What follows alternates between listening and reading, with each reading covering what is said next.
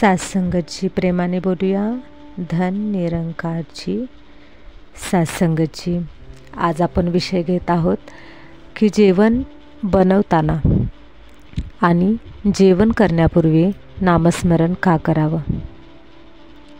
सात्संगतची हा विषय चिंतनासाठी घेत असताना मला खरंच खूप आनंद होतोय. कारण हा विषय किंवा हा जो चिंतनाचा विषय आहे तो खूप रहस्यमय आहे.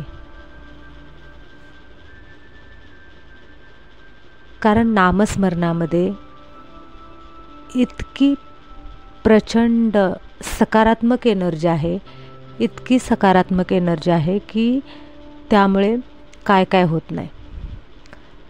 खरं पाहिलं तर आत्तापर्यंत आपण पाहिले की प्रत्येक संतांच्या जीवनामध्ये पाहिले आपण की नामस्मरणामुळे खूप सारे चमत्कारिक अनुभव त्यांच्या जीवनामध्ये आले. मीराबाईंचं उदाहरण आहे, संत तुकाराम महाराजांचं उदाहरण आहे, संत एकनाथांचं आहे, संत जनाबाईंचं आहे. नामस्मरण केल्यानंतर काय घडू शकतं, नामस्मरणाची ताकद आपण पाहिलेली आहे. पण आत्ता आपण बघतोय की या घोर कलियुगामध्ये आत्ता जर आपल्याला नामस्मरणाचा अनुभव घ्यायचा असेल तर त्यासाठी आपल्याला छोटी छोटी पावले उचलावी लागणार आहेत. कारण नामस्मरण जेव्हा आपण करतो तेव्हा आपल्या मनाची स्थिती काय आहे यावर हे सर्व अवलंबून आहे. कारण जेव्हा आपण नामस्मरण करतो त्यावेळी आपलं मन त्या नामस्मरणामध्ये किती भावुक होते, किती ते आपल्या हृदयाला भावते याच्यावरून आपलं नामस्मरणाची क्वालिटी ठरते. आणि त्यावेळी आपल्याला नामस्मरणाचा खऱ्या अर्थाने अनुभव यायला सुरुवात होतो. नामस्मरण या शब्दाचाच एक वेगळा असा अर्थ आहे, परमात्म्याची आठवण.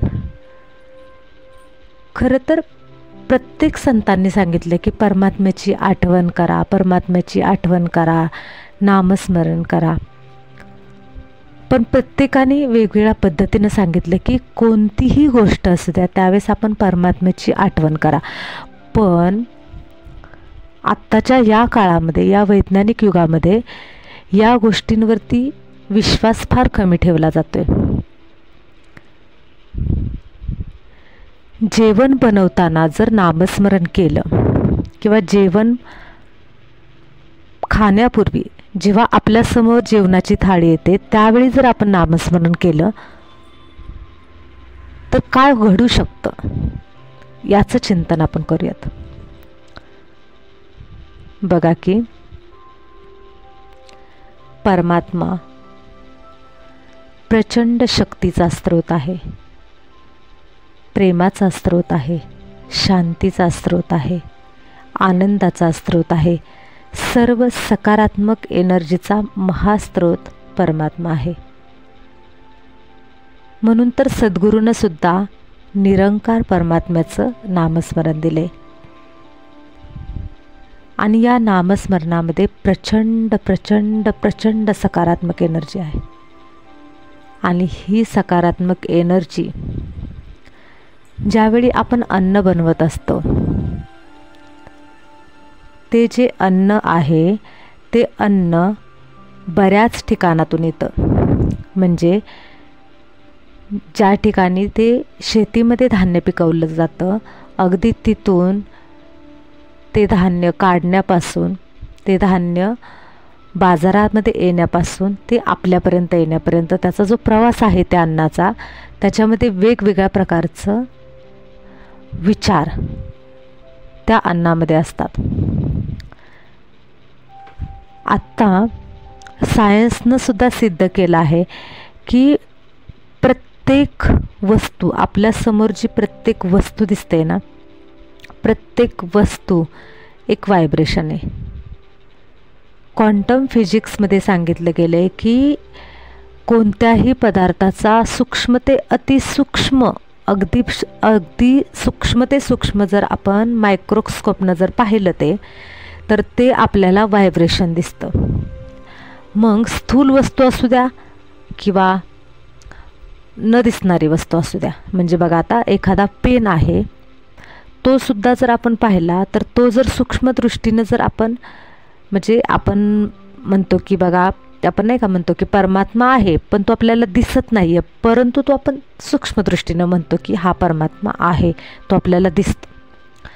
अगदी तसंच की प्रत्येक जी स्थूल वस्तू आहे ना, म्हणजे त्याच्यामध्ये पेन असेल, टेबल असेल किंवा आपलं हे स्थूल शरीर असेल, आपलं घर असेल, आपली गाडी असेल, सगळ्या वस्तू ज्या आहेत ना ते एक व्हायब्रेशन आहे. प्रत्येक वस्तू व्हायब्रेशन आहे.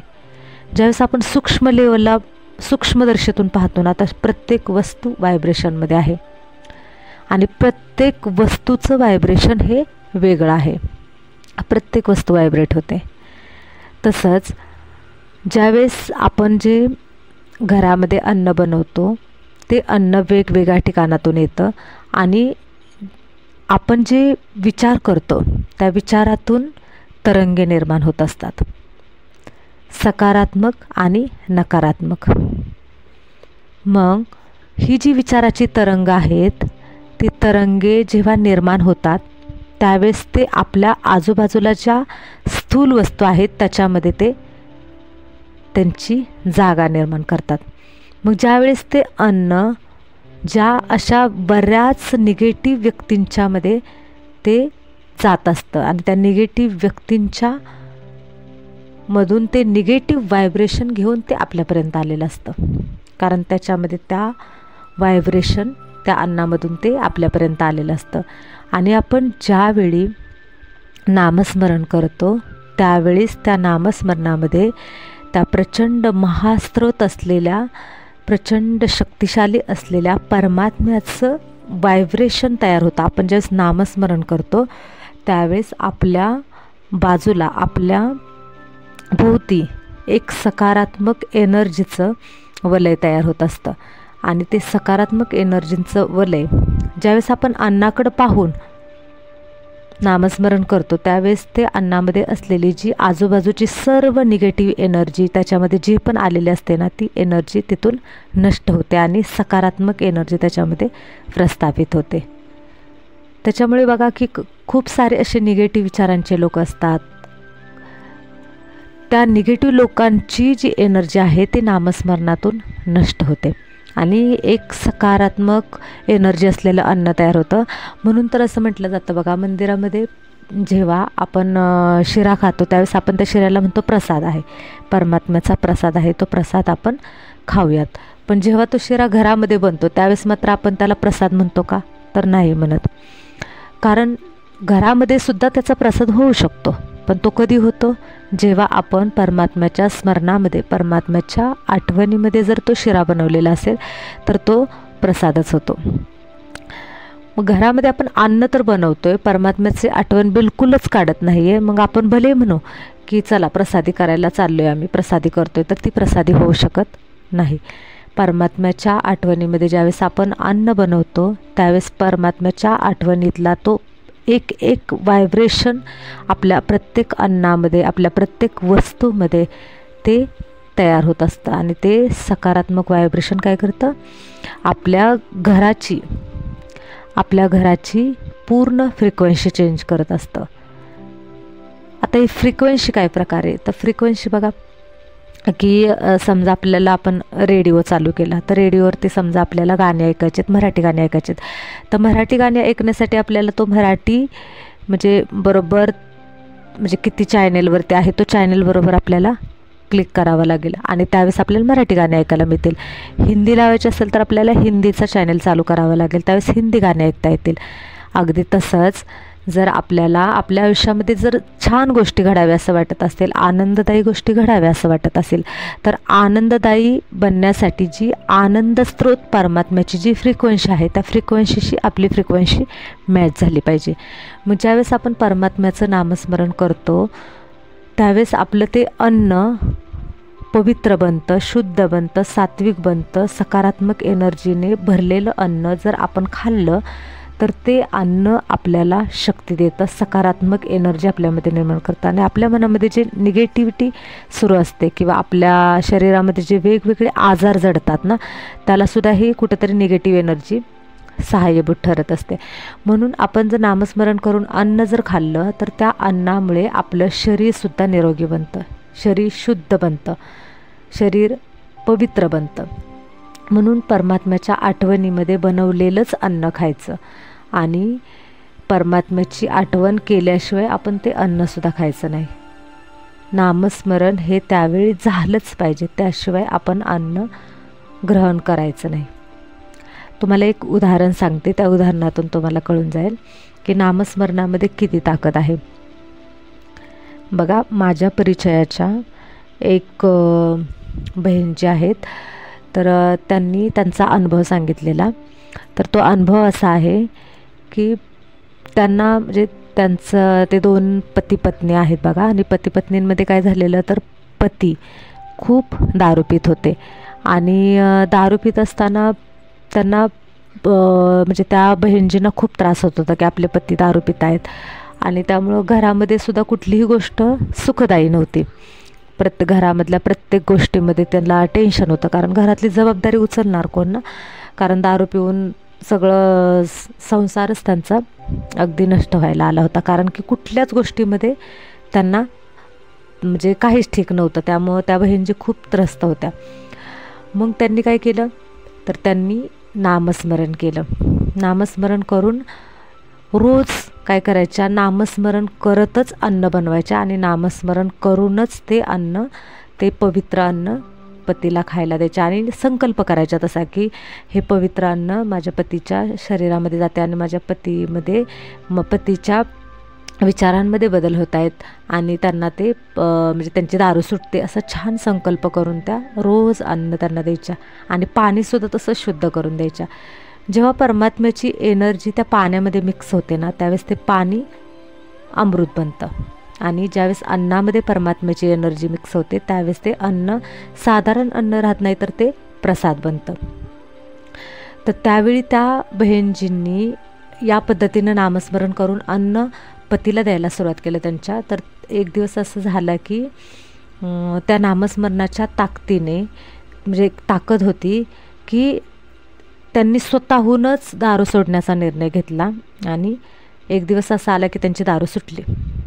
अशी हे एक उदाहरण तुमच्यासमोर सांगितलं, पण अशी कित्येक उदाहरणं मी पाहिलेली आहेत की ते परमात्म्याच्या आठवणीमध्ये परमात्म्याचं नाव घेऊन संकल्प करून किंवा नामस्मरणामधून असे काही चमत्कारी खूप सारे अनुभव आहेत माझ्यासमोर. पण मी आत्ता फक्त तुम्हाला एक सांगते, खूप एनर्जी आहे, खूप ताकद आहे नामस्मरणामध्ये. म्हणून आपण काय करायचं आहे, आपण हे जे परमात्म्याने आपल्याला जे दिलेलं वरदान आहे ना, ते वरदान कधी आपण विसरायचं नाही आहे. तर ते आपल्या जीवनामध्ये आपल्याला खूप सुख घेऊन येणार आहे. त्याच्यामुळं हे जे वरदान आहे ते वरदान विसरता कामा नये, ते आपल्या रोजच्या जीवनामध्ये आपल्याला ते वापरायचं आहे आणि खूप सहज आहे. असं नाही आहे की तो नामस्मरण आपण जेवण करायला बसलो, नामस्मरण करायचं तर मोठ्याने करायला लागते आणि आजूबाजूचे लोक काय म्हणतील, काही नाही. फक्त अन्नाकडं व्हायचं, परमात्म्याचा शुक्रिया करायचा आणि मनातल्या मनात परमात्म्याचं आभार मानायचं आणि मनातल्या मनात नामस्मरण केलं. 1 मिनटं डोळे मिटले तरी चालतील, नाही मिटले तरी चालते, डोळे उघडे ठेवून जरी परमात्म्याचा आशीर्वाद घेतला, परमात्म्याचा आभार मानलं तरीसुद्धा ते अन्न शुद्ध होणार आहे. आणि जेवण बनवताना तर आमच्या माता भगिनी आहेत, त्या तर ह्या गोष्टी नक्की करू शकतात. आणि त्याच्यामुळे काय होणार आहे, जर आपण जेवण बनवताना जर नामस्मरण केलं तर घरातल्या सगळ्यांनाच प्रसाद खायला मिळणार आहे आणि सगळ्यांचंच शरीर निरोगी बनणार आहे, त्यामुळे सर्वच जण सुखी होतील.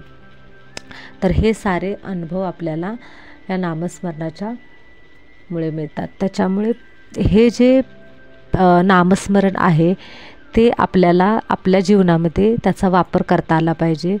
नुसतं म्हणजे गुरुनं दिले नामस्मरण आणि त्या नामस्मरणाचा आपण जीवनामध्ये आपला काही फायदाच करत नाही असं व्हायला नको. तर आपल्याला त्याचा आपल्या रिअल जीवनामध्ये सुद्धा आपल्याला त्याचा वापर करता आला पाहिजे. तर आत्ता मी या ठिकाणी इथेच थांबते. सात्संगाची प्रेमाने बोलूया. धन निरंकारची.